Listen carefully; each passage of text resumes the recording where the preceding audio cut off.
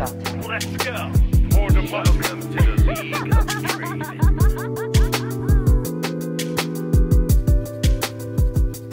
Hello and welcome to episode 385 of the Leaguecast podcast. I'm your host, Nick the King Cooper. Join me, Aiden Frost Rockhards. Hey, back again. And Colton Blue Basket Sweat. Oh, Canada. It feels like we haven't done a show in ages. Feels like we haven't done a show on a Wednesday in ages. We did one last week on Wednesday. Isn't it Tuesday? No, last week was Tuesday. Last week was Wednesday. Was it? The week before was Tuesday, and the week before that was Thursday. Oh my god. Maybe. I I know. don't know.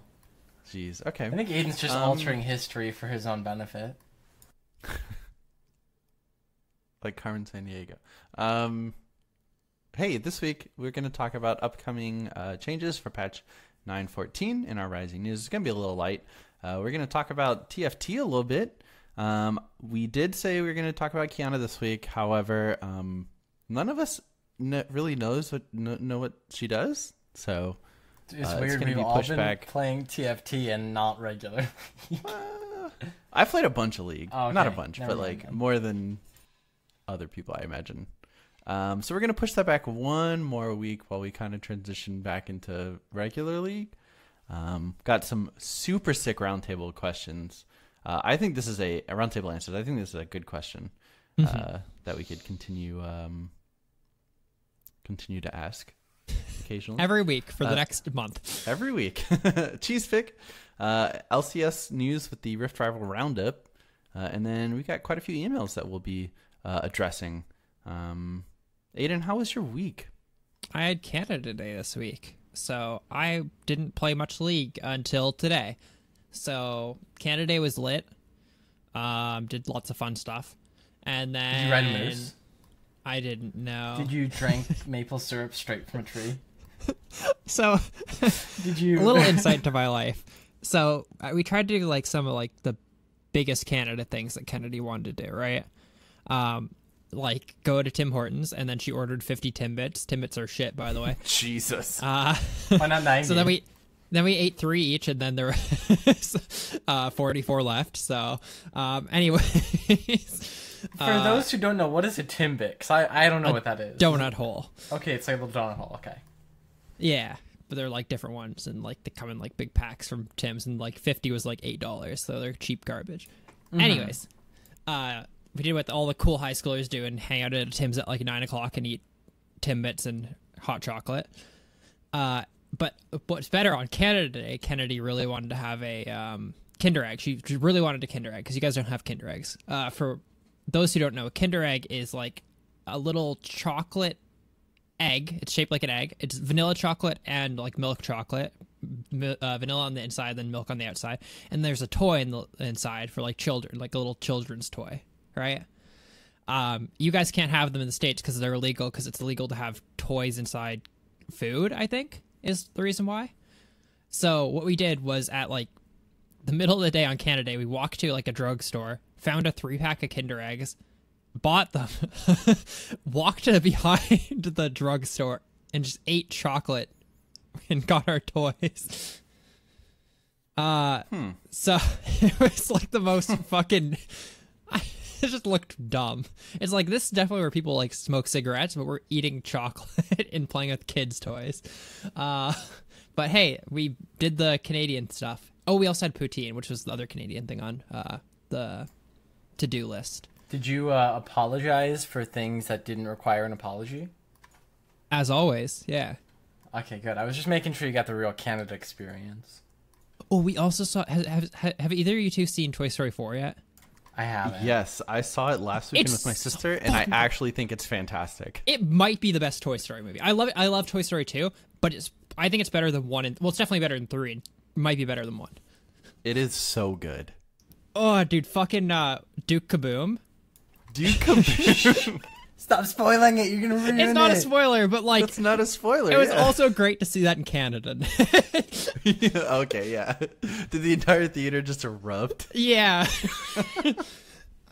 It was super good. Close your ears for a second, Colton, but played by Keanu Reeves. Really? Yeah. I love that. That's awesome. Oh, dude, fuck, that was great. That is a good movie. That's Holy awesome. shit. Yeah. Super good. Other than that, actual league-wise, I decided I'm like, hey, I'll play all my flex games because they're gutting my main character, Tom Kench, and I don't want to play solo queue because I'm super rusty. So I played like 4 or 5 games of flex queue with 10-minute queue times in between today. Oh, Jesus. And I played 4. And man, flex queue is a nightmare still. So first game, I went 0-3 in my mid laner AFK'd after getting first blood. And then second game, I play against the same top laner and go 6-3 and like smash him in lane. And then his Rakan gave first blood and AFK'd. And then the next game, I go 0-4 and we FF at like 15. And then the third game, it was actually like a real game of League of Legends, like a back and forth game. But the first 3 games were actually like, oh, these are 10-minute games on average. So, wow. So you waited 10 minutes to have 10-minute games. Yeah, the game times are, I'm looking up Gotcha. now, is 11 minutes, 16 minutes, and 15 minutes. And then 44 was the last one. It's kind of like when TFT first came out, like the first day, where you waited 80 minutes to play for 40 minutes. Yeah. Anyways, bad at the game right now. Still enjoy playing Tom Kench until they literally remove him from the game. Like, those are some of the worst. We'll talk about them soon, but those are some of the worst proposed changes I've ever seen in League of Legends. Let's nerf his passive Q, W, E, but give him so he can eat jungle minions. Pause. Saved. Anyways, Quality character now. What about your week, Colton? My week was pretty good. Played a lot of TFT. Getting pretty good at it, I think. I normally end top 3 if I don't get like dicked over early by RNG.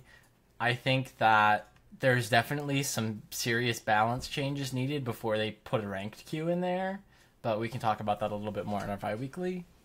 Aside from that, I didn't play a whole lot of regular League, though I'll try and probably get a couple ranked games in this week. I'm itching to get back in the jungle, and but I've been watching some videos on like pathing and the value of certain camps versus others, and I want to see how I'm gonna try it and be like, yep, still doesn't feel amazing.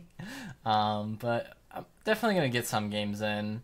Other than that, I've been enjoying that it's sunny out, but it's also been raining a lot and real hot, so you know, with the good weather comes half the time bad weather. And that's pretty well my week. I didn't see any movies. Haven't been watching any new shows. Work is finally starting to relax. We had our exit interview, or at least my department did, with the examiners from the OCC today, so that's been like, they've been breathing down our necks for months as we've been preparing for them, and then they were in the building for a little while, so we can kind of finally breathe, which is nice. And I have tomorrow off for Freedom Day, the July 4th. You know? Do you have Friday off? I don't. I have to go to work. I know, right? So today's Saturday for you. Today's Friday. I'm sorry. Today's Friday. Tomorrow's Sunday. Friday is Monday? Good one. Yeah. And then Saturday is Tuesday. That's a good analogy, Nick. It's definitely not just like I have a Thursday off in the middle of a regular week. I'm sorry. I thought this was a fun comedy podcast. I just don't think that was very funny. But I guess... Yeah, because you guys shit. I presented this plate to you, and you shit on it. Yeah. Hey, Nick. I really need to get this shit off my chest, okay? And talk to you about your fetishes. And my week, hopefully. Well, yeah, I said your fetishes. Which influence your week on a regular basis. I guess. Tell us about it, Mr. Work in School. I played, work in school, started a new class. I really like my professor. He seems very knowledgeable and like super down to earth. It's money and banking. So eventually I'm going to take Colton's career from him. No, you're going to go to me for advice when you can't understand it. No, I'm going to take it from you. You're going to steal my career? You're going to end banking? I will. Nick Cooper will end banks. Thank you for coming to my TED Talk. But yeah, that's been interesting. I played a lot of Path of Exile this week. I feel like I'm making actual like tangible progress. I got my first. This is not going to mean anything to you guys, but my first 6-link item, which is super exciting. Played quite a bit of League. I think I like playing Jinx a lot, so I'm gonna try to play more Jinx. And she's quite strong right now. You maybe so. carry main? I think I am. I'm not sure. Let's see what happens when you bring it into ranked. Well, I figure when I don't play AD carry in ranked, the AD carry sucks ass, right? I'm not good at AD carry, but I'm good enough to not int every game, I think. So I'm just gonna play characters I like. That's I actually went back and watched a lot of League cinematic like trailers. Super good, by the way. They've done a fantastic job. I like the most recent one, or not the most recent one, but the Awaken one, I think. Mm-hmm. With and the Jin portion of that is super sick. That's so good. But in that was the Jinx music video, which is still super well done and inspired me to pick her up. And that's been fun. But aside from that, I think that's it for my week. Yeah, Toy Story 4, super good. Would recommend. Do you want to talk about one more movie? Yeah. So we watched one other movie in the hotel room. Spider-Man 3. Hey. That movie's a Yikes. fucking nightmare, dude. Dude, like- Spider-Man 3 is my new go-to film to compare somebody to insult them in a weird way. Just be like, your AD carry play is the equivalent of Sam Raimi's Spider-Man 3. Like, so the main problem was I didn't watch Spider-Man 2 and 1 right before this. We watched this in the hotel room because it was just on. So didn't know what parts of the plot were part of the other two movies and what parts were part of number 3. All of them were part of number 3 because that movie's a nightmare. Why is there like 18 plot lines in that movie? Why is Sandman a villain twice? Why is there Venom? Why is fucking Harry, like, spoilers for a 12-year-old movie? Something like that, yeah. Spoiler for something that's been rebooted twice since. like that. There's actually like because we kept talking about, we're like, wait, is Sandman in this one, or is like Venom in this one, or is Doc Ock in this one? Like literally everything happens in this movie. It's actually just so fucking bad. It's, oh my god. One of the worst movies I've ever seen. Yeah, but you get that dope scene of him walking down the street with his hair in his eyes, and he's wearing all black, and he's so edgy. And it's Toby goddamn Maguire. It's so bad. Anyways, thanks for coming to Spider-Man cast. Sorry, I had to get that off my chest. That movie's a fucking disaster. I was thinking you were going to talk about the new Spider-Man movie, which I haven't seen that one yet either, but that's supposed to It be looks actually sick. It came out yesterday. I think I'm going to see it next weekend. Pog. I thought you didn't like superhero movies. I mean, Spider-Man's an exception. Oh, okay, so you do 'Cause like he's Spider-Man. like a good superhero movie. And Toy A good Story. superhero. Okay. Yeah, true. And Toy Story, the ultimate superhero movie. Duke Nukem's my Buzz superhero. Lightyear, great superhero. Not Duke Nukem. Duke Kaboom. Duke Nukem, yeah. My superhero. Also, one more thing about yeah, fucking okay. Toy Story. How the fuck is Forky the best character in that movie?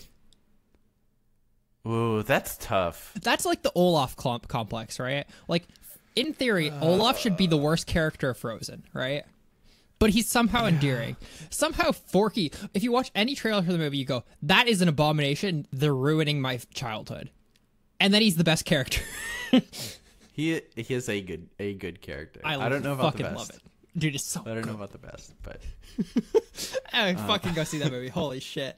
Anyways, Yeah, that's super 15 good. minutes of our weeks. in not League movies. of Legends. 15 minutes of personal lives. Hey, what's in the news? Giving the people what they hate.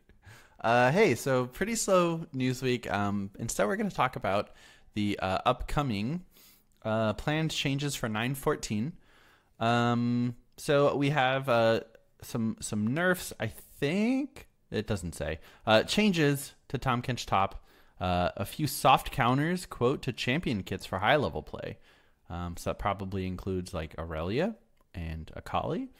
Galio mid buffs, Akali changes, some Swain changes, Malphite new W, Death Recap changes, ranged auto attack, ranged AA top laners, which apparently is a problem. Silas changes, and they want to move out of, I guess, yeah, they just want to pull his power out of his ulti and make him more of an anti-mage. Yeah. So, anyways, what are the things that stand out? Yeah. Tom Kench. Okay, let's dive into Tom Kench. I play a little bit of this character. So they don't say exactly what they're talking about, but on the PvE I know the numbers and stuff like that. So their biggest changes, they're making it so they're nerfing his passive, pretty well like nerfing the scaling on it sort of thing. So it just does less damage overall, which is fair. He does a lot of damage. We'll come back to Q in a second because that's a disgrace. W, they're nerfing the stun duration when you spit them out, so like they can act immediately when you spit them out. They're nerfing the fact that they're making it so they're not nearsighted when they're inside of you. They're decreasing the damage of it, increasing the cooldown of it. But they're making it so you can eat red buff and blue buff. Okay. E, they're changing the shield back to what it was at its like lowest form, where it's like 60% is like the max amount of like shield that you get from it, versus like on live it's 100%. And they're obviously reducing the amount of healing that you get from it. That's a huge nerf. They're also making it so that the cooldown starts when it finishes rather when you activate it. So that's another nerf. And then they're not changing his ultimate. So back to his Q. They're making it so it like, what do you want to say? How is the right word? It uses like your passive stacks when you Q them. It consumes them, which breaks the character. You have to choose between. So you have to choose between stun and suppress, which 90% of the time you're going to pick suppress if you're in range. Yep. So they're nerfing that, nerfing the damage. The damage probably needs to be nerfed. They're nerfing the like not width of it, but like it currently says like it hits in front of them because it bubbles like harder. Every skill shot in the game like lollipops pretty hard, but his lollipop's like way harder than any other ability, which makes it kind of bullshit, which is fair. But so they're nerfing that, nerfing the damage. They're increasing the slow by like 0.2 seconds or something though, as like a compensation buff, I guess. Sick. Anyways, they're pretty well making the character unplayable top and support, I think. Well, he'll probably still be played support and competitive because the character's just not balanced for competitive, like no matter what you do to him. He's like old Thresh, right? Where Thresh could do 0 damage and you'd still pick him because he's a utility character. Tom Kench could do 0 damage and you'd still pick him because he has Munch. Anyways, so he's dead top, dead mid, dead AD carry, dead support, probably dead jungle. They're trying to make him, I guess, a jungler. I would assume with the changes, but why would you pick him over any other jungler in the game? Like, how do you get 3 stacks on someone to stun them? I don't know. And if you do stun them, why wouldn't you just eat them? So your Q is just not an ability anymore. Like, yeah. The only way you stun is if like you get 3 stacks on them and then they jump away and then you have to stun because you can't eat them. Anyways, character's dead. Character's dead until they like change him again, which is probably fine. He's a little bit toxic for the game, but I don't think it addresses their issue of the fact that he's still being played as support in like competitive play, which I'm assuming they're trying to fix. Yeah, I mean, probably. Which really sucks. This character like kind of came out of nowhere in the top lane, it feels like, and then is apparently the most oppressive. He's too oppressive. I'll give you that, right? I don't think he's still that strong. Like he's been played 3 times in competitive top lane, I believe now, all 3 times in Korea, and he's lost 2 of the times in the game that he won. He went 0-1-6, I think. So I don't know. It feels like they're nerfing him because he's. I think they've done this in the past. They nerf characters that just aren't fun to play against, which is probably a good thing for the game, but it doesn't fit at all within their balance philosophy, which kind of like is a little bit annoying.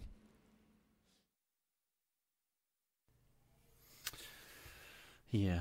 Another. Oh, okay. While we're on the Aiden Fest, did you see the Blitzcrank changes? I think the Blitzcrank changes are sick. They've reverted a bunch of them already, though. So, which ones did you see, Nick, before I get into it?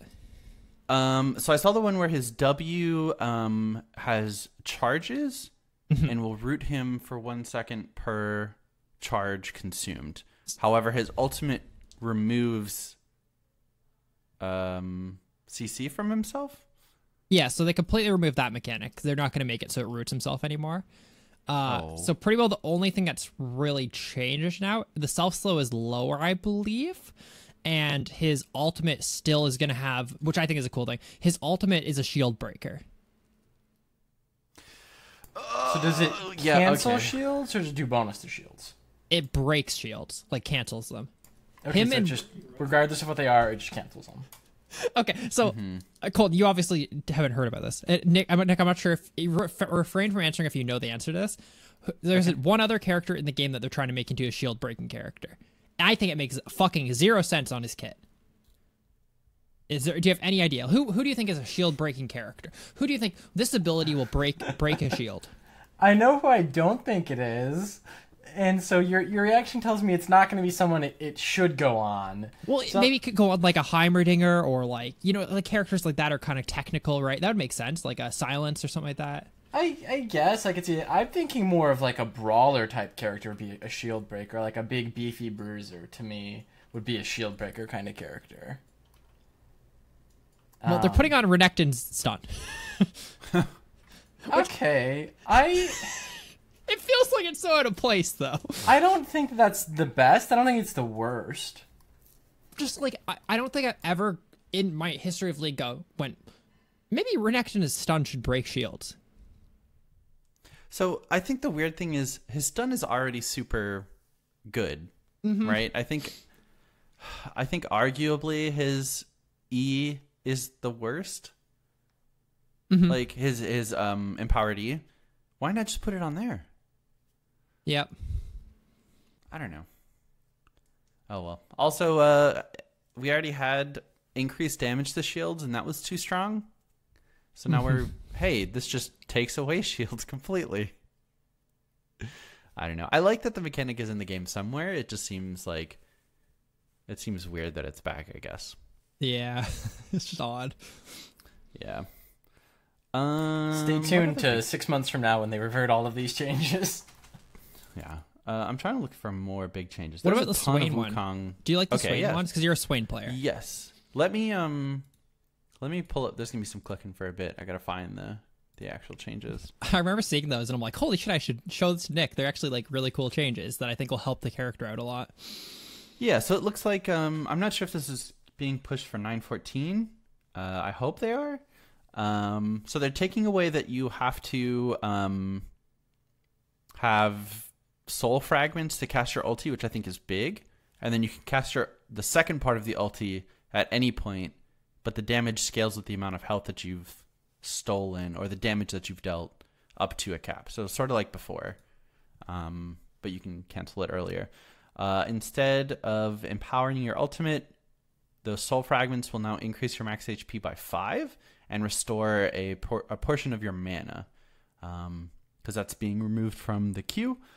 His Q will always pierce through minions and stop on impact with enemy champions. It is being bumped up in cooldown, and the radius is being decreased. I hope that's not like length, but I'm not sure.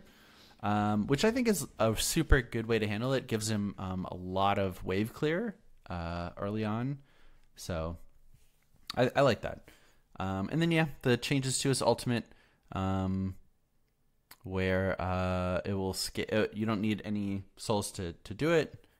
You don't need any souls to do the second part of it. And I did think they took away it scaling infinitely. Yes, they did. But it looks super sick. And I am hopefully planning to abuse this when it comes out. I'm going to try to play a lot of Swain Leona bot and see if I can get some Swain. Yeah. Yeah, I think it'll be super strong. I'd play some Swain Leona with you. I love Leona. Hell yeah. Let's do it. So the only other PvE change that I want to mention, which I think is going to be not pushed alive, but it seems like a weird change to make. So they gutted Pike last patch, right? Gutted him. and when I say gutted, I mean like literally. I think he's one of the worst characters in the game because his Q is single target now and his E doesn't do damage to minions.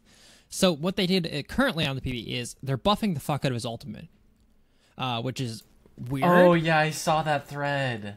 So his current ult scales from 250 to 550 damage plus 80% plus 150 lethality. So it does a good amount of damage, right? They're buffing it to scale to 450 damage, but plus 200% 80 plus 200% lethality. So if you go full 80 Pike, like the most 80 you can build in the game, like normally, your ult can execute from 1,900. Yeah, okay. About the average base health of a level 18 AD carry.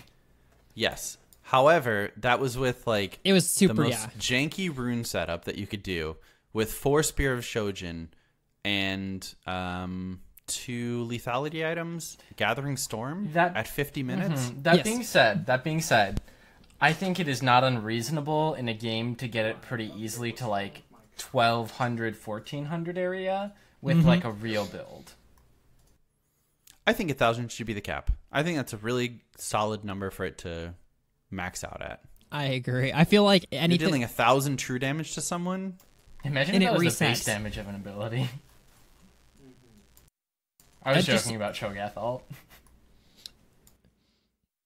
It just seems like a weird way to like. They obviously fucked up because his Q is too weak now and his E is too weak now. But putting even more power into his ult seems like completely the wrong way to go about it.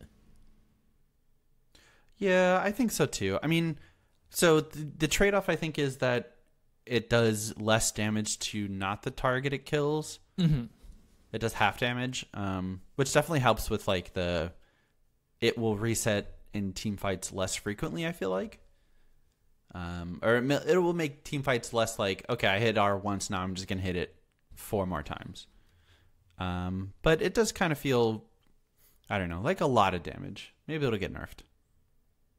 I don't think it'll go live like that, but still, it's more the idea of like their logic in balancing, right? That's the first thing they went to was, hey, we'll just make his strongest ability stronger.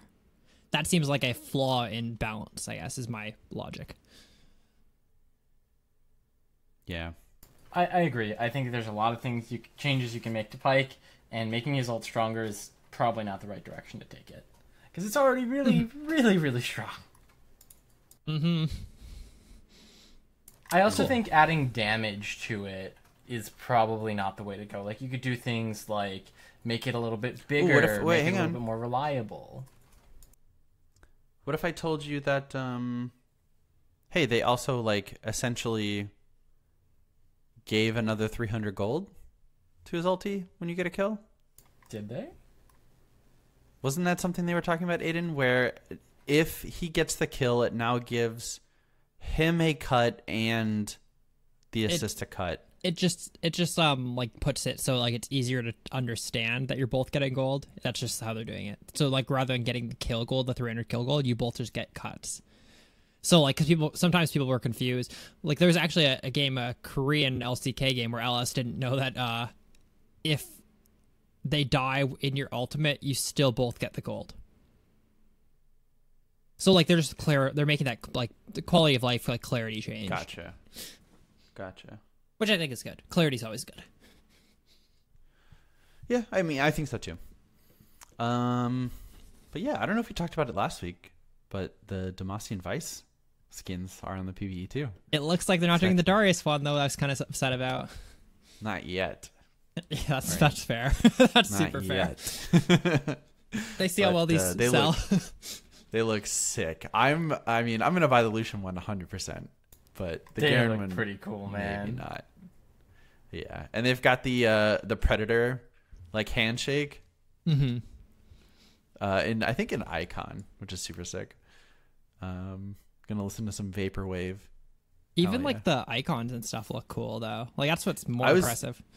Yeah, I was thinking that as well. They I usually am not one to like get hype about them, but they look really good. I like the Lucian one with his hair. Mm-hmm.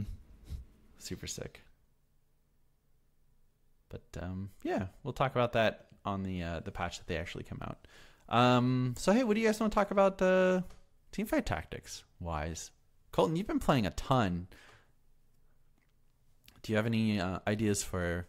So as someone who has not played very much, I think, from my perspective, Glacial is something that needs to be changed in some way because it is not fun to play against. I agree that it's not fun, and I do think, yeah, probably some changes are warranted. I think there's a lot of balance changes that should be implemented before they install a ranked queue, which I believe is scheduled for next patch or one more after that. Yeah, I think it's being pushed very quickly. Yeah, that being said, there's also a couple significant just straight up bugs in the game that have not been resolved yet. So there are bugs with Seraphs doesn't work properly. And there's also one interaction that I don't know if it's a bug or an intended way it works because Is it the Force of Nature Ionic Spark? No, I don't know about that one. Oh, okay. Go ahead. But so there's when you combine the spatula right with a tier, you get demon, or with a recurve bow, you get a blade master, Gotcha. etc. Now, if you do that on a character who already has that feature, they'll drop it, and you can put that item on someone else. So let's say I pick up a Swain with a tier off the carousel, or a Swain with a spatula, and I add the other item. He's already a demon, so then I can put that on someone else, and I can get that demon synergy. But I know at least for Glacial, that's the only one that I know it doesn't work on. If you have the item and you turn a Glacial character Glacial, they just keep the item and it does nothing. So that's not optimal when you're trying to go from like a 3 Glacial to a 4, and you're just like, oh, Yeah. well, now I have to either sell my like 2-star character with this item so I can put it on someone else, or just deal with it. So they definitely need to clean things like that up. As well as I think some of the actual team buffs themselves are a bit problematic. I think Glacial is one of the worst ones, and I think Yordle is pretty bad in that just 50% dodge chance, again, feels awful, as like 2 of your like backliners are just auto-attacking something for like a minute and do 0 damage. Yeah, I mean, it's not there's a that they're way OP. around it, though. I'm just saying, Yeah, sorry, go ahead. it's not that they're OP. It's just that they feel bad. I think that's a core difference, right? Like Yeah. you can say like 20 different things are OP in the game, and maybe they are OP, but that's just like meta. They'll buff and nerf stuff. Who cares? They could nerf Glacial, but it's still going to be an annoying thing, right? In the fact that they have 20%. If I get stunned 4 times in a row, also the way it stuns work in auto chess games is that they stack. It's just not fun, I guess. Versus like, even if like say Demon was the best thing in the game, which it's obviously one of the worst, you could still say Glacial's annoying. Like, Exactly, yeah. Yeah, right. for sure. I mean, on the other hand, something like, I think Shapeshifter, super fun. Shapeshifter, super fun. Pirate, one of the most fun. Yeah, definitely there's things that are fun, things that are not. In terms of balance, I don't think that Glacial or Yordle are terribly overpowered or underpowered. I think for the most part, most of the balance in the game is in a good spot. In terms of synergies, I think that Spear of Shojin is broken and too strong, and they should change it. I think especially Spear of Shojin Pike is too strong, and they need to nerf probably both of those things. If not, maybe just Spear of Shojin, but I think Pike's probably a little bit on the strong end as an individual unit as well, with just the amount of CC he can put out for being a cost 2 item, and also diving backline. Aside from that, I think they need definitely do balance on the item distribution. The fact that, you can be at the end of the game and I can have, 3 combined items, and I could be playing against someone who's got 5 or 6. Or maybe I only have, from the first clear of camps where you clear 3 camps, it's like I got 1 item out of it and some other player got 4. I think that they need to dial that in if they want it to have an actually viable competitive scene. if you don't mind me stepping in there, that is one of the things that is like being tested on the PvE right now. Currently, they have all the camps have at least one monster who has like. Have you seen like the super late game rounds with like Dragon or Herald where they have like an item on them and they like use that item?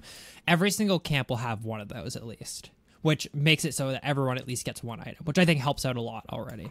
Yep, I think that there should be a minimum. I'm fine if they want to have it be variable, but the idea where it can be between like 1 and 5 or between like 1 and 4, I think it should be closer to like between like 2 to 4 or like 1 to 3. Like it shouldn't be that wide of a range. And personally, I think it'd be nice to see some other way to get items besides those in the carousel.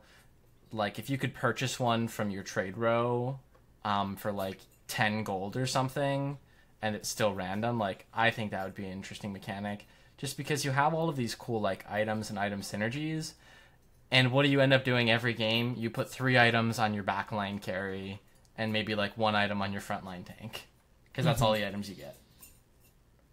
Yeah. That's fair. So I read a bug, maybe intended feature, where you don't actually need to have your Force of Nature unit on the field. Correct. It can be on your bench. Have it, yes, in the bench, and it will increase your size. Additionally, your team size, sorry. Additionally, if you have Ionic Spark, every time a spell gets cast, the user takes 200 damage. That can also be in the bench and will proc. And the benefit of that is that unit can't be killed. So every time the enemy procs it, they're going to take damage. That's just bugs that they'll fix, though. I'm not sure if the Force of Nature one's intended. I actually don't think that one's a big deal at all, because yeah, I don't think so either. You're gonna have like 6 slots on like 4 out of 5 of your characters, or 4 out of 7 of your characters, anyways. So that one doesn't really matter. Obviously, Ionic Spark needs to be like hotfix sort of thing, even though it's not an OP item. It's just like a dumb interaction that shouldn't work like that. I mean, items from your bench should be disabled. Yeah, Like real talk. I agree. I think Force of Nature shouldn't work on the bench. And the point then is either you have to put that unit out there, or you need to sell it and put it on one of your main units, denying them another item slot. Yeah. Which again, just throw it on like your tank or something. How would you feel if... So giving a glacial unit glacial, right? What if that just counted as 2 glacial?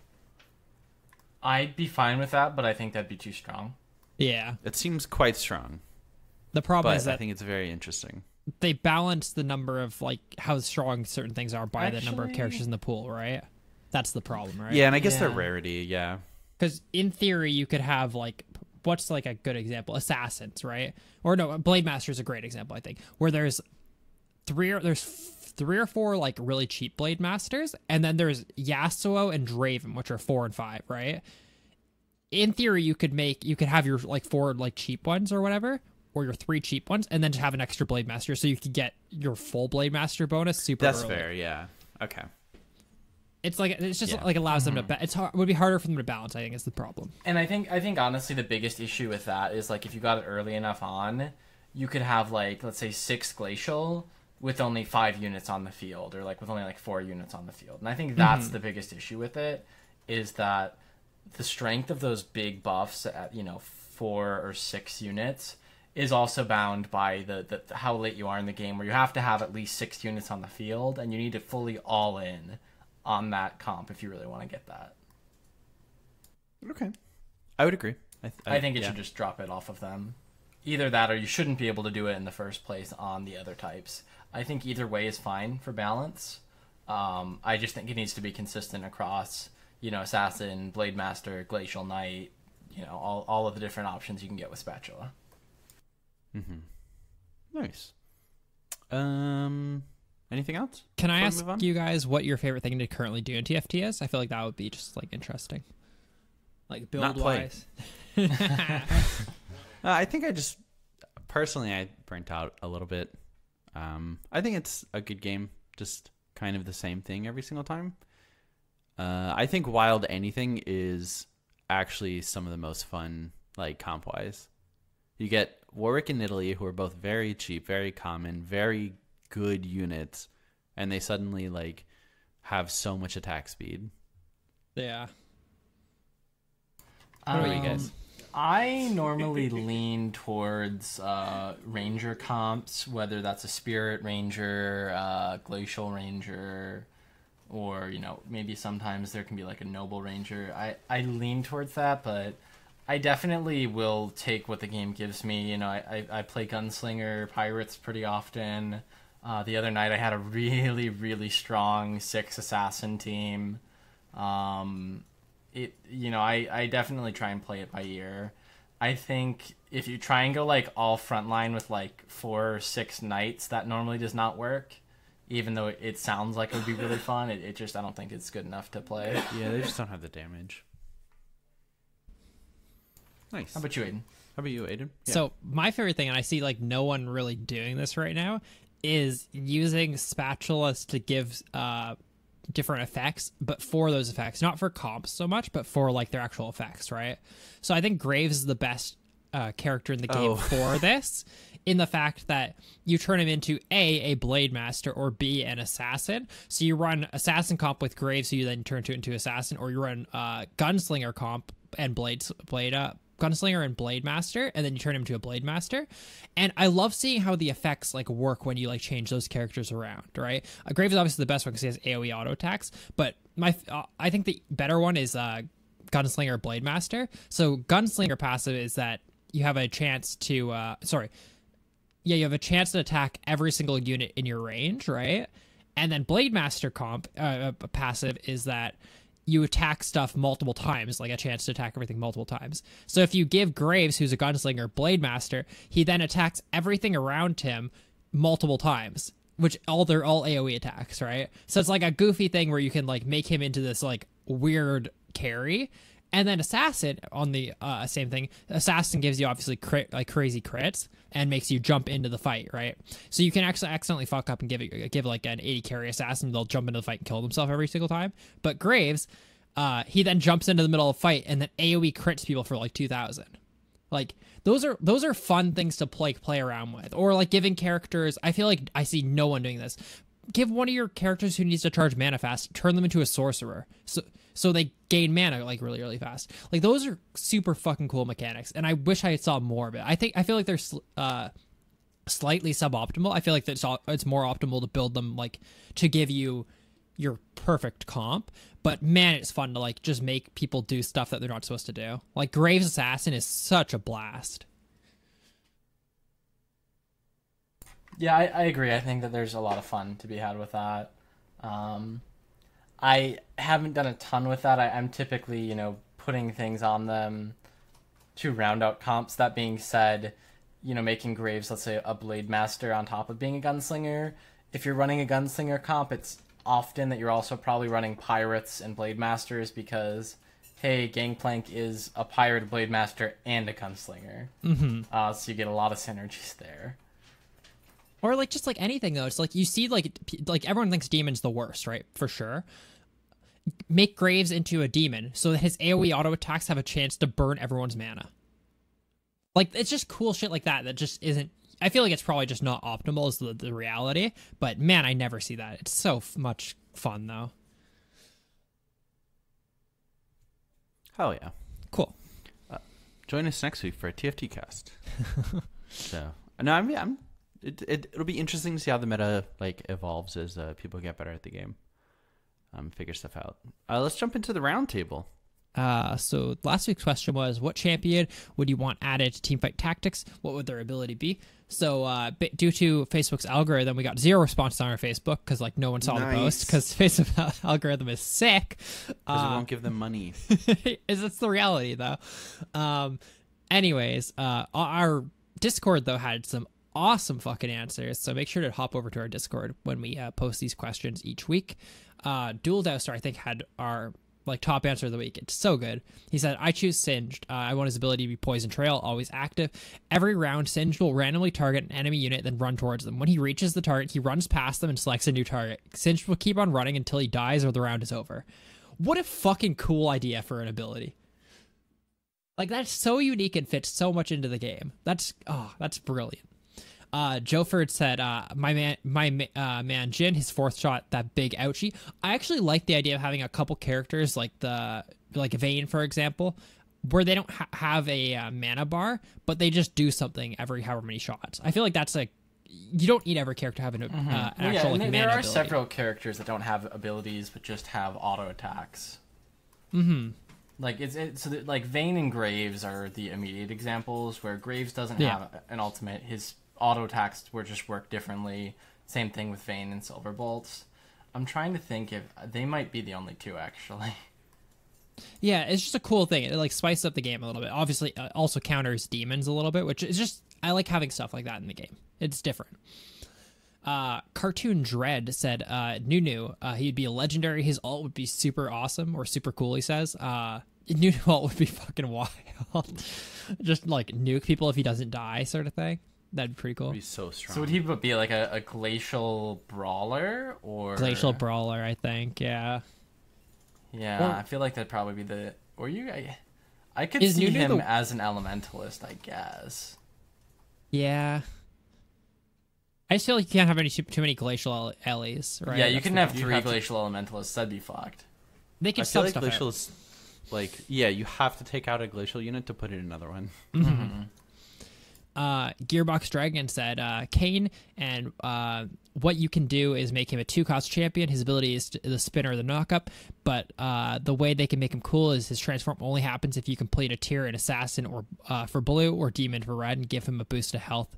To give him a boost to stats as needed, obviously maybe damage or health based on which one. I feel like Yeah, I that's a would really imagine. cool idea. Yeah, like he's a brawler or an assassin if you have that synergy without him. Yeah, And if it is, he gets added to that. that's a really cool idea.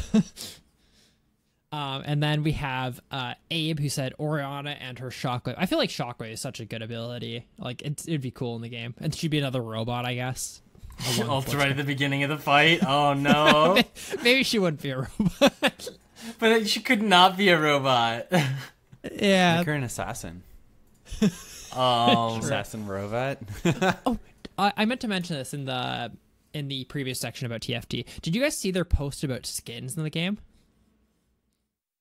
So this was like from a couple weeks ago too. So people were wondering why can't you have your skins in the game, right? And their logic was, so I think we mentioned this last week, was they want to already have a rotating cast, right? They're planning on getting up to 60 characters. There's currently 50, right? And then after that, they're planning on like releasing them in batches and then subbing out like say 25 and putting in 25 new ones to like spice up the meta every once in a while, which I think is a really good idea. But when they're spicing up the meta, what they say they want to do is like maybe in this new meta, there'll be Program Yasuo. And Program Yasuo, his ability isn't his Q, it's his win wall. Yeah, fuck that. I think it's a fucking cool. I think it's a good idea to have characters that have multiple cool abilities in the game, right? Like they could have Project Illusion, where his ability is his ult, right? I feel like it's a good way to like do that. I think the only way for that to happen is you retire the other one. Yeah, you Like, have to. I'm just saying, like they definitely can't just like change it. You know, they can't just like put in like, oh, this season Yeah. Lucian's ability is his ultimate. They have to like make him different, and that's why they want to keep skins like available for that. Which I think is fair. I can see the reasoning behind it. I don't know if I love it, but I don't hate it. I just think it'd be cool to have like different I abilities. kind of hate it. I kind of hate it. What if we had like a festival in Nivea and she just like puts up a wall so their front line can't get to your team? Yeah. Wait, can we get Talia in there as an elementalist? She just I throws up the goddamn wall between your team and theirs. I just don't think there's another good way to have characters with different abilities. Like you can never like have it balanced around the fact like to choose them. Like there's no way you could fucking choose like your abilities. No, for them. yeah. I don't know. I don't think you have to choose. I think just every character should have one ability. And You Lucian just should rotate not be ones his in current and one. out. Oh, absolutely not. It should 100% be his Q. Like, whatever. You see my point though? It's like I see the point, I guess, and I feel like that's not a bad way of doing it. I do too. It's just like, I don't know. I think it's kind of lame, I guess. Just pick the right ability from the start. Forehead. I do think there's multiple characters that have multiple cool abilities though, right? That's the problem. Yeah, pick the coolest one. Or pick one. Just don't pick Lucian's dash. Cho'Gath's just don't pick coolest his dash. ability is his Q. That makes him... I mean, but I don't think his ultimate would be a good fit for No. a TFT. Or just make it like the Vygar ultimate, where if he's a higher tier than them, it just one-shots them. He just gats them, He curves executes the them. bullets. Anyways, this week's roundtable question is: what hidden statistic would you like Riot to publish about League of Legends? I don't know if I actually have a hidden stat that I want them to publish. So there's some good ones in the. I saw this on Reddit a couple days ago, or maybe it was like actually this morning. I'll give you like the top comment from the thread. The first one was damage blocked by a Ninja Tabby passive. That's like a interesting stat. Or skin win rates among players skin win rates among players experience on a character. I want to know if changing the visuals with new skins make a champion better, so I can consider banning them. Like, does Blitzcrank have a higher win rate than regular Blitzcrank? I think that's actually a good point. I think off the bandwagon of like damage blocked from Ninja Tabby, like damage CC like time reduced on Mercury Treads, right? Where like it reduced like 3 seconds on stuns and 25 seconds on slows. Like, I think that'd be really interesting data. I know I had mentioned this on a previous show, and I don't think it's anything that is currently tracked in any way, but I think it'd be so fun to be able to see like what percentage of damage you took was from skill shots, right? Yeah. And again, same thing of like percentage of damage you dealt like with skill shots. Depending on the character you play, I think it could be really interesting. Yeah. I guess they're all just kind of okay. Time spent dead. So you guys can flame me on the stream. I guess it's like, so Ninja Tabby should just be in the game, right? Like that should just be there. Yeah. So you're saying that that's a hidden statistic that you would like Riot to publish? No, I don't. I mean, I don't care if they publish it or not. It just should be there. Yeah. Like if you're gonna display damage reduced from crit strikes with random wins, it's got to be like that data has to be there for Ninja Tabby. That should just be there. I just like I immediately went to like MMR or ELO or whatever, which I'm sure was like the number one answer. But I don't even think that's like, I don't know. I'm not sure if there's anything I want. I guess all the information that's there is published. It would have to be something that I don't know exists, I guess. I would like to see, honestly, like if you had like total armor or magic resist penetrated with a void staff or a last whisper, adaptive helm, how much damage is reduced. I think all of those items that have like unique interactions, like bonus damage from Infinity Edge crits, how much more damage did I do because I went in Infinity Edge? I'd like to know that. I think all of that would be valuable data that would educate players and let them build better and learn how to build better, right? Because you can tell someone, oh, adaptive helm is better than a spirit visage this game, and they're like, well, this one gives me bonus healing, and this one means I take less damage, but I can't look at either number at the end of the game and say, oh, I only got 100 extra healing, but this game when I went adaptive helm, it blocked 600 damage.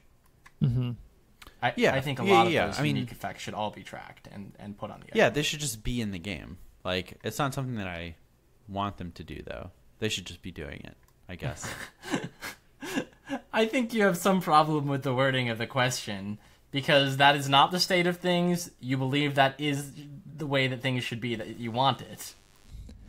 I mean, I understand his point, is that it's information it's not like, just should be available regardless. Like, yeah, it's like if I'm going to give an answer to this question, it's not going to be how much damage does my Ninja Tabby block, because I don't want that. It should just be there. I guess kind of I get what you're saying, where you're thinking of this on more of just like an entertaining, like this would be a fun stat to have. Oh no! Like, it could be like a beneficial stat like that. It just has to be one that I can't think of, I guess. Okay. Like, it should just be one that is actually hidden, I suppose.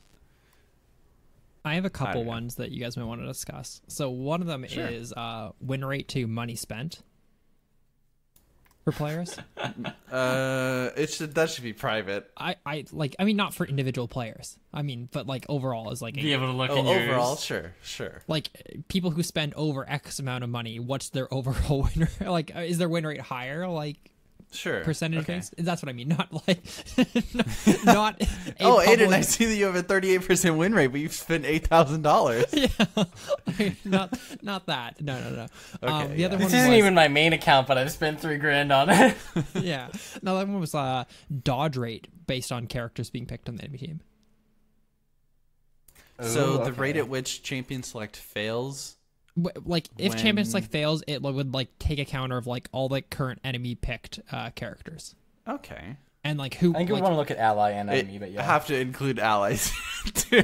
yeah, that's I fair. dodge because there's a Teemo on my team more than I dodge because there's a Yasuo on the other team. Yeah. That's fair. I just feel like that's like an interesting stat. What was the other one? There was one more that I wanted to. Yeah. Win rates of autofilled positions. That would be super good. I'm gonna go with that answer. That's like that would be a cool one because you would have to assume support or top would be the highest, right, for autofill. Highest win rate. Would be the highest win rate? Yes. The lowest would probably be mid or jungle. Yeah, I would say probably jungle. I feel like you can still play easy shit mid, but jungle you're just getting fucked by a better player. Good thing you can just play Malzahar. Yeah, but I feel like mid lane's one of those like you can play easy stuff, but if your lane opponent is good, you're gonna lose. Yeah, that's fair. But honestly, how about APM or time Ooh. spent idle? Or APM by rank. Ooh, Like there's Yeah, stuff like like average that. APM by rank. I remember the actual one. Toxicity to win rate. Or toxicity to skill, like ELO. Like it could be So like that'd be okay, like I'm gonna number take of this- reports versus Yeah. your like win rate and elo. I'm gonna take this down another very similar path. Word or characters typed in chat versus win rate. Yeah. Like if you type 150 characters a game, you have a 90% chance to win the game. But like yeah, because they used to publish those statistics like toxic players lose whatever percent more games. I would actually like to see like a full like stats on stuff like that. Like that's interesting. Yeah, to that'd me. be cool. How much do you want to bet what would happen though is like there'd be one guy out there who's like typing a novel every game and it's just like 10,000 plus characters. Like this one fucking guy. Yeah, that'd be pretty It'd be fun. so funny. Yes, those are some good ones. We really dug down into that question and got past into some interesting things. I don't like how you stated that. It sounds like you're shitting on Nick. No, I think it's good that we kept digging until Nick and you came up with some answers other than this should be in the game, but I don't want it. Sorry, Colton's okay, perfect. Colton. Colton's perfect. No, I'm perfect. no, it's cool that Colton spent his very valuable answer on how much did my Ninja Tabby do. That's sweet, dude. Yeah, You're I'm toxic sorry that too. I wanted practical things for understanding and clarity in the game that will help players improve. No, it's. I just like. I should just be baseline. We should have our expectations higher for Riot Games. I think there should be a stat of a number of eyes versus win rate. Yeah. Okay. Cool. I like that You got to tell us what hidden stat you'd like Riot to publish about League. Hit us up on our Facebook page. Please actually go there. Please, God, please. Go to our roundtable section in our Discord or send us an email, mail@leaguecastpodcast.com. Hell yeah. Cheese pick. Alright, so this week's cheese, again, I've been playing a lot of Teamfight Tactics. Just bring those comps and those synergies onto the Rift and see if you can make them work. run those 5 nobles, run those 4 glacial units with your Volibear jungle, or Volibear top, your Sejuani jungle, your Ash Braum bot lane, and a Nibia mid. Just do it, okay? Bring it out there, see what the best one on the Rift is. I feel like I like that. that glacial comp actually be probably pretty good. You could probably run a full Yordle comp, like, would it be like Viger mid, Gnar top, Poppy jungle, and Lulu Tristana bot lane? Yeah, that'd be like a full team comp. You could also try and run like 5 assassins, and I think that'd be hilarious. We should do that this week. I think that'd be fun. Hell yeah. Yeah, and then we just like start talking and all chat. Just like, wait, why don't I have 50% dodge chance? Nice. What? Wait. I had a question. And it was Do you gone. think- Oh. Okay, go. Sorry. Go ahead. You go ahead and go at yours first. Aiden, do you remember what they were doing to Poppy? I heard she was like actually busted on the PvE.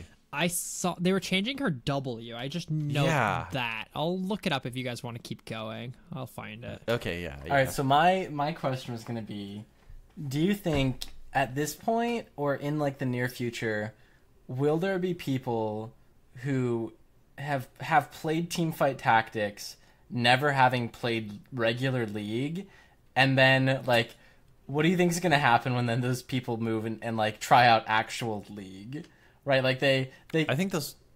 go ahead.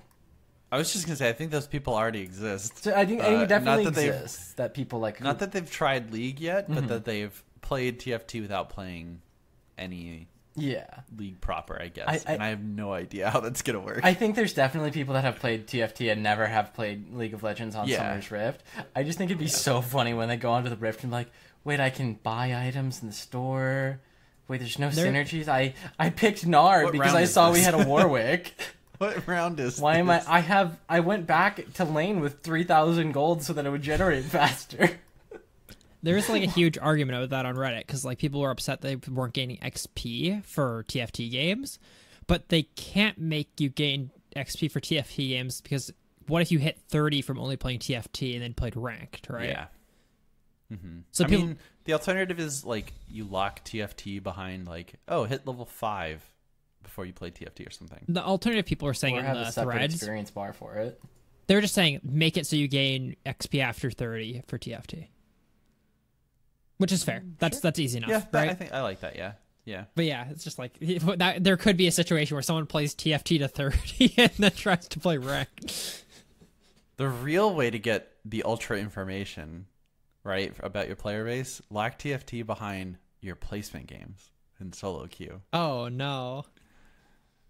You have to play 10 placements a game before you can play TFT. Oh boy, how to get the players who aren't playing ranked to quit the game. Yeah. Nice, that's fun. Which team comp should we approach this week? I think probably Glacial is probably one of the better and easier ones to do. I think Glacial's fair. Okay. Glacial it is. Also, the poppy changes that you're looking for, they just made it so her W grounds people and slows them as well. So if they get blocked, not only do they get blocked, denied on their Jesus. dash, but grounded, then slowed. Okay, so I was going to say it's never going to do anything if you ground them. But I kind of love that, actually. That's kind of ridiculous, yeah. That's a good way to make sure that mobility creep never gets too out of control. Just release a bunch more of those abilities. Yeah. LCS. Hey, Rift Rivals happened. I did not watch a ton of it because none of the teams I care about were there. But EU kind of took a big fat doo-doo on NA. Yeah. Like all over the place. TSM. It honestly looked like EU was like trolling in games that NA won. I mean, some of the team comps were pretty wild. I did recall seeing a Sonataric bot lane versus Pantheon Talia. That So wasn't truly a good example of the state of bot lane. the worst fucking comp, dude. Did you see It wasn't? the G2? So they were the first day they 4-0'd them, right? Of course. First, of course it's G2. Yeah, it's G2. Like they lost playing it, but like thank fucking god they lost. They played They played AP Shyvana top, Evelyn jungle, TF mid. I think he just went regular like TF. He went the 80 like attack speed on hit TF. Okay. Sorry, Shiv also went Spear of Shojin Shiv top, by the way, so she could just like he throw out her like W's faster. Okay. Perks that's so played fun. 80 carry Zed with Yumi support. Oh my god. That's fucking Thank VM, Christ right? that didn't win. Yeah, I mean, on an international stage where it's supposed to be kind of serious, yeah. Oh. I did see an interesting thread comparing like G2 to M5 that I don't think there's like any huge like insight to be brought from it, but it's a fun read if you can find it on Reddit. Just talking about how like they do their own thing, they have a unique style, and like they're not afraid to take people head on. And they love Guardian Angel. I love Guardian Angel. Nut over Guardian Angel. Yeah, Time Lords. There's only one. There's only one. That's Genja, my boy. Do you have anything else to add for LCS? Because, boy, that was very disappointing. Not so much LCS, but esports in general. Just, I guess, little PSA for those of you who live in the Chicagoland area. IEM Chicago is coming in 3 or 4 weeks. It's going to be here in Chicago, Counter-Strike tournament, so I'll be there. If any of you LeagueCast listeners are listening, I'd love to meet you. Come say hi. I think it's at the United Center. If you are a fan of Counter-Strike or esports in general, it's pretty affordable. You can get two-day passes for like $70, so $35 a person. Highly recommend. It was a great time last year when it went. So, Hell yeah. yeah. Let's move into mail fight. We have a couple emails. First is from Eldion. He said, "Hey, LeagueCast crew, recently listened to the first LeagueCast episode I caught as it was coming out. Episode 150, Nick the Prophet. Absolutely stellar episode, and all rides lore back then being so surface level was amazing. Ever since then, I've happily joined you guys on your race to Diamond every year. I usually made it a few games ahead of Nick and felt super proud of that. This year, however, I haven't tried to get into Diamond yet. School and sports have been a tad too intense for me to play League much anymore. I still follow the pro scene and listen to you guys, and that scratches the League itch enough for me. With TFT coming out, however, and it being a quicker game mode, I'm having a ton of fun actually playing again. This brings me to my question of what you guys think is the key to TFT's success, as well as some of what the problems are and what improvements can be made. Personally, I think a lot of people in League enjoy the drafting and cerebral aspect of the game, and TFT is perfectly in line with that and captures that audience so well. For a problem, I personally have found that drop rates of items can be damaging to some experiences, and make some games harder than they should be. An improvement I'd like to see is target selection setting for some units, so win rate can ever so slightly influence the unit's behavior. So we can ever so slightly influence the unit's behavior. I think that'd go a long way in using more varied comps. Hope this will make some good discussion materials. As you guys mentioned in the previous episode, you welcome all of it. Greetings from back on the Rift, Eldion." So I think we addressed like a lot of this in our previous discussion. I will say I think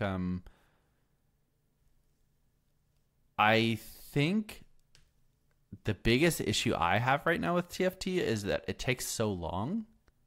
Like, these are supposed to be like pretty fast games, but this is like 45 minutes, right? 30 minutes, 45 minutes for one game. I think typically, yeah, like if you go far into the game, 30, 45 minutes. Against other similarly skilled players. Yeah, it's just that I think the time between rounds should be decreased by a little bit. You shouldn't have 30 seconds. I can see that, yeah. 30 seconds between, like, oh, you've got two minions to kill this round with your one unit that you can't do anything with. Mm-hmm. I could definitely see some truncating of some of those rounds.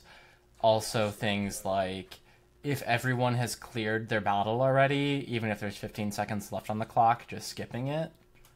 Well, that's what happens, right? Does it? I think so. Maybe. I'm not sure. And also maybe the time you have to like purchase, swap your positions, they could maybe consider shortening that as people get more familiar with it. I typically have downtime there. One thing I think that he brought up that I think would be really interesting, I don't think you should be able to like select a unit and give them a target, but I think if they added some more mechanics, kind of like assassin right dives the back line, set it as a thing where like knights will target in X way and rangers will attack in a certain way, and like those rules are there and in place obviously because these are programmed units, not free-thinking things. So there are rules on how they attack, why, where, etc. Make those a little bit more clear and direct, and probably just put them in the unit description of, like, this is how this unit chooses to attack what it does, so you can try and plan around it. Because I think that'll help people develop their positioning a little bit. I mean, maybe not in the description, but certainly accessible somewhere. Yeah, like accessible. There's not even like an intro video to how do you even play this. But yeah, I think it'll be quite exciting to follow along with that. And episode 150 is absolutely one of my favorite episodes. I am not Nick the Prophet, that was another Nick, but he did a fantastic job of absolutely decimating any sort of Riot lore writer. Yeah, damn. Episode And, 150. would recommend. Shout out. Shout out to Yeah, my boy absolutely. Nick DeGenova. Absolutely. All right, next email from Mountain Drew. Oh, lame. Says, hey, Caden, Colton, and Rick. I love how he spelled both of your names wrong. And I don't know if he meant to spell my name wrong but got it right, or if he just actually did mine right. I think he just couldn't figure anything out for Colton. That's fair, that's fair. It's like, oh, what do I do? It's your neighborhood podcast scheduler, Mountain Drew 4444. I'm pleased to let you know that the podcast is on schedule and we will see no future delays for the month of July. Also, it's come to my attention that you have new podcast listeners as of late, and we think it'd be wise to discuss some of the history of the podcast, how it started, who the original casts were, maybe talk about why and how you keep putting out the great content week after week. Thanks again for choosing the Mountain Drew 4444 scheduling service. We will be in touch. P.S. Roundtable answer. We want Hackerim, but he never auto-attacks. He just runs at insane speeds around the map while his mana bar fills up. When he's full, he blasts a random enemy that instantly dies. Please pronounce the word in front of blast. He typed that very intentionally, and you will pronounce it. When full, he heckle and blast a random... Hecklin. He heckle and blast a random enemy, then instantly dies. Mountain Drew, thank you for the email. Yeah, thanks, Drew. I think maybe that could be like a good piece of like side content where we just kind of have that conversation about like what is the show, where did it come from, how has it evolved. I think that could be like a nice maybe 20-minute conversation. Yeah, for That sure. we could put it on like our YouTube channel or something.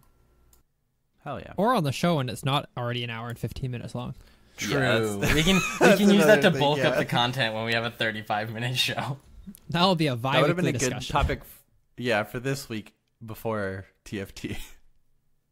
But yeah, it essentially comes down to, I think we all just really enjoy hanging out with each other and talking about League and hearing dogs occasionally. Yeah. I love Pretty dogs. sweet. I think a good point of like an idea of like how does the show keep going is that probably once a week we'll be hanging out in TeamSpeak playing games together, and we'll start talking about something completely organically and be like, wait, we should talk about this on the show, because Yeah. a lot of these conversations we're already having just because we are interested in them.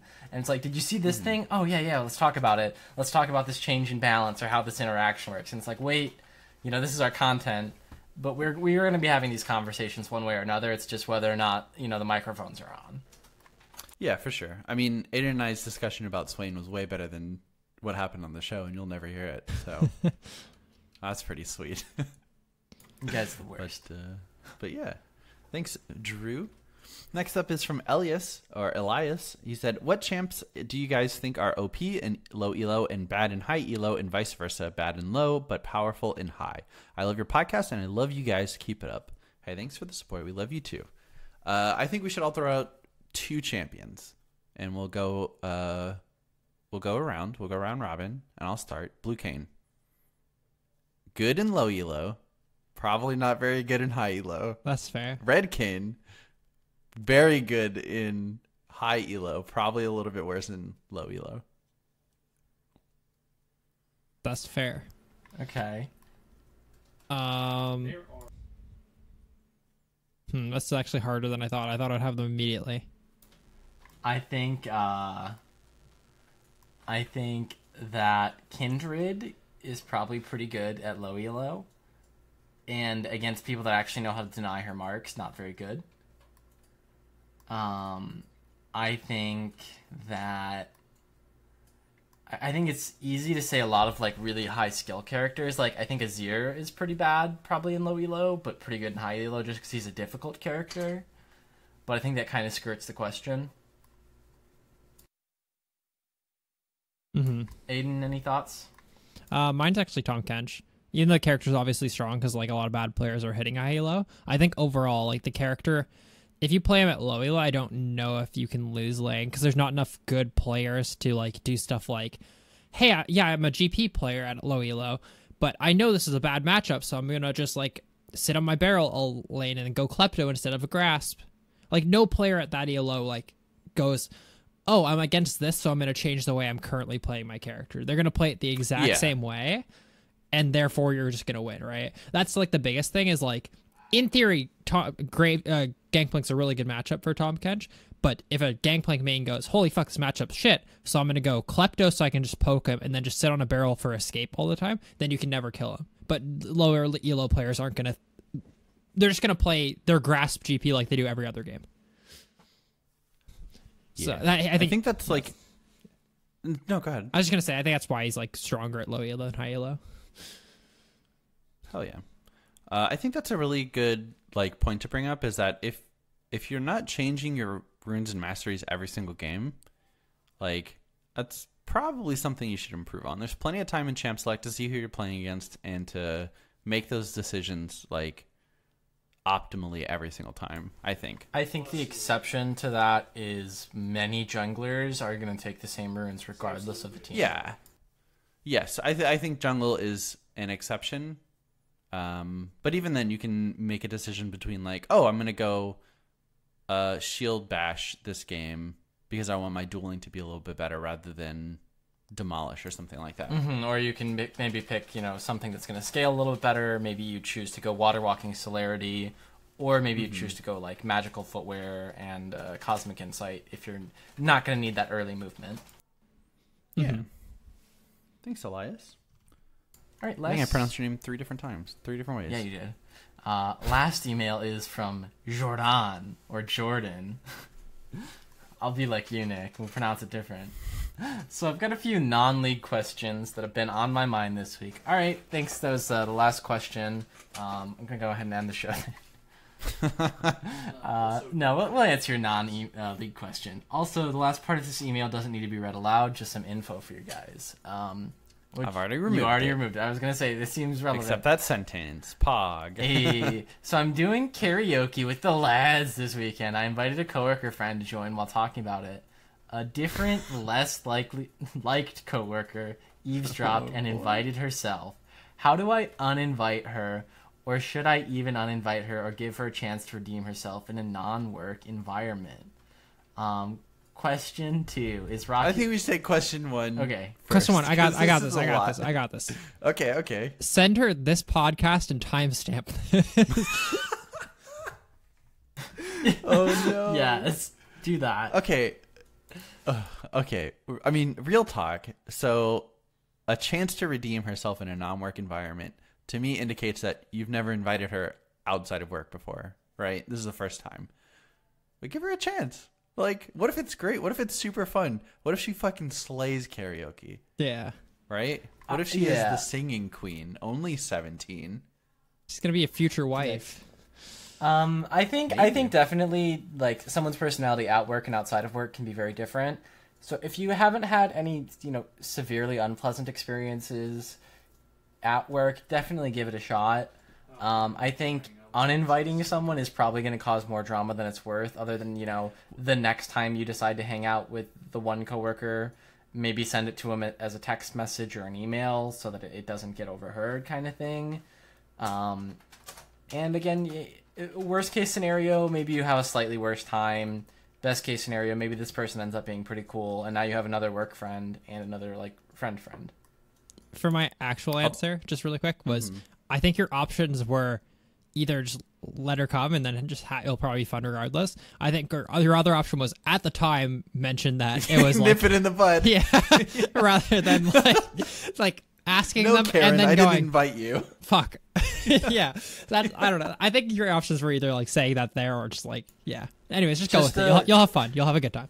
Send her an email saying you're going to a really, really classy high-end karaoke bar with a $50 cover, and that she can Venmo it to you because you're going to be paying the reservation in advance. And then if she pays you get $50 for your time. That's so shitty. No, okay. A real alternative is you tell her that you just want to you had a set group of friends and she you don't word it like this. You tell her that she wasn't invited. However, you provide an alternative to however, next weekend we're going to be doing karaoke at a different place and you're more than welcome to join then. I think a good rule is like if you're going to cancel on someone, you provide an alternative. If you're gonna force them out. Yeah. Yeah. Or you burn this bridge, right? Because Karen's a bitch. You can timestamp that. Yeah. Karen, the master Question of karaoke. Question 2. Okay, if her name's Karen and she says, I love karaoke, you invite her every time. Yeah. No, you burn She's that. You number burn one that on the bridge list. immediately. You don't want that in your No, life. build the bridge. Yeah, she's great. Question 2. Is Rocket League the best esport to spectate? You don't have to know anything about the game to understand what's going on. Games are 5 to 10 minutes depending on overtime. I think that low barrier to entry is a huge boon to an esport, and that, again, Rocket League is really, really great for that. I'd say it's probably the best casual esport to watch. I think, the high end of more complicated games is probably higher to me, because there's a lot behind it where you're like, oh my god, like that just happened because of the context. So my only argument against Rocket League, because it is super easy, everyone knows what cars are, everyone knows what soccer is. But the camera work kind of sucks ass. Yeah. Like, you follow one car who may or may not be doing, like, cool ball stuff, or you follow it overhead and it's, like, impossible to tell who's who, like, who's doing what. That's why I think something top-down is super good. Alternatively, CSGO. You're a Because pussy. one side good guys, one side bad guys kill each other. Yeah. That's it. No, I agree for the most part. I do think And my I- answer I is think fighting that's- games, though. Fair enough. Fighting games are so fucking easy to follow, dude. It's actually insane. Okay, my only argument against that is if it is a popular tournament and towards the end they tend to not explain what certain terminology means. So it's like you're watching grand finals for Melee, they're not going to tell you what a wave dash is, what a wave shine is, what DIing is, right? Yeah. What teching is. And that can be very hard to follow. Yeah, but I don't think you have to know that at all. You just see them hitting each other. You know what I mean? Yeah, that's true. Yeah. That's why I literally think fighting games are like. I think I could show my parent if you're gonna show. I do agree with Colton the fact that League, I like League because I know that this happened because that happened, Yeah, right? yeah. But if you were gonna show your parents the game, I honestly think fighting games would be easier than like anything else. Yeah, and I think That's your probably- like basic like 2D, 3D fighters, right? The more simple the mechanics are, it's like, okay, there's two people on the screen. You're not switching out. You're not doing crazy specials. They have a health bar. I think Smash is really fun to watch, but understanding the percentage and when certain moves knock and when certain moves don't, and all that good stuff, and like knocking someone off the ledge, there's more there. But when you're watching a Tekken match, it's this person has health, this person health. When I punch somebody, they lose some health. First person to run out of health loses. Like Okay, easy Colton, to I'm going to understand. take your argument to the extreme, right? Yeah. The ultimate esport to spectate is dive kick. Full stop. You get kicked, you die. I think that doesn't have enough going on for a Yeah. casual viewer because it's so much micro that you wouldn't really be able to probably understand what's happening. I think you're just upset because Tekken is being threatened. By dive No, kick. I thought you were going to go probably that direction. By dive kick. I think you were going to go there, but again, I think that there's not quite enough for that to be very visually pleasing to a new viewer. I think the enjoyment of people watching dive kick is knowing those like micro mechanics and how these people are having really high APM canceling things and trying to like out predict opponents. Whereas you see a fighting game, even if the people aren't particularly good, you're like, oh yeah, look at that big punch, and he's got like fire fist, or he pulls out like a stupid gun, or does a crazy grapple. Like those are very fun visual elements for a casual observer, where you're basically watching like a fight scene from an action movie, but it's the people controlling the characters. Counter to the counterpoint, Jeff Faley's head gets big. Ooh, big head, big play, big head. So, checkmate. No, that's Rocket League, And it's good- quick and good digestible. esport. That's another thing. You mentioned Rocket League, very quick. Rounds of fighting games, even quicker. Sometimes You know what? Sometimes you get Ice Climbers versus Dan of versus Steel, my Puff. dude. Dan of Steel. You know what's Nick? You know what always amazes me about fucking Dive Kick? For being the What? easiest game in the world, there's 2 buttons. Your job is hit them once and they It's die. fucking hard. No, it's one of the worst games to play if no one's played the game. Oh, It's yeah, it's for dog sure. shit. It's actually For dog sure. shit. I'd rather like see people struggle trying to play like an actual fighting game. Like despite Yeah, like it's yeah. insane. That game should be the easiest pick up and play game, but it's not. Yeah. Okay, let's say. Okay, I'm sorry. One step further. Is Salty Bet the ultimate spectator esport? Yeah. Because no one truly knows what's happening. Dan of Steel. Salty Bet's It's pretty got- great, dude. I'm You boy see- Dan. You see meters that have some meaning, bars that have some meaning. Sometimes Big Crush. What's a Big Crush? I don't know. You just it's where you go when you just want to bet on pure random nonsense. So it's basically like playing a lottery. But yeah, Until you know what thanks, Dan of Steel Jordan. does. Those are good questions. For sure. Hey, that'll do it for episode 385. If you want to follow us on Twitter, it's @LeeCast and @LeeCastFrost. On Facebook, where you can answer our roundtable questions sometimes if Mark Zuckerberg allows us to, is LeeCast. ts.leecastpodcast.com is our TeamSpeak address where we hang out. If you would like our Discord information, you can send us an email to mail@leecastpodcast.com. I'll do my best to respond as quickly as I can with a link. You can come hang out with us. It's free. Sick. Twitch.tv/bluebasket/KingLardot are where we stream. I think we should try to stream our TFT comps. Yeah, definitely streaming those TFT comps on the Rift, as well as I've been streaming some actual TFT. So if you haven't played a lot of the game and haven't looked at any of the guides, I mean, I think watching someone play is a great way to do it. I've been, for the most part, explaining my decisions as I go, and if you have any questions, feel free to throw them in chat. Yeah, Colton's pretty good at reading the chat. No sarcasm. Pretty good at reading in general. I know my letters so good. You're probably the best reader on this podcast. Thank you. I appreciate that. I did and read if you- one grade above my grade level. If you want to support us on Patreon, it's patreon.com/LeeCast. Thank you guys for listening, and we'll see you next week. Bye. Bye. Bye.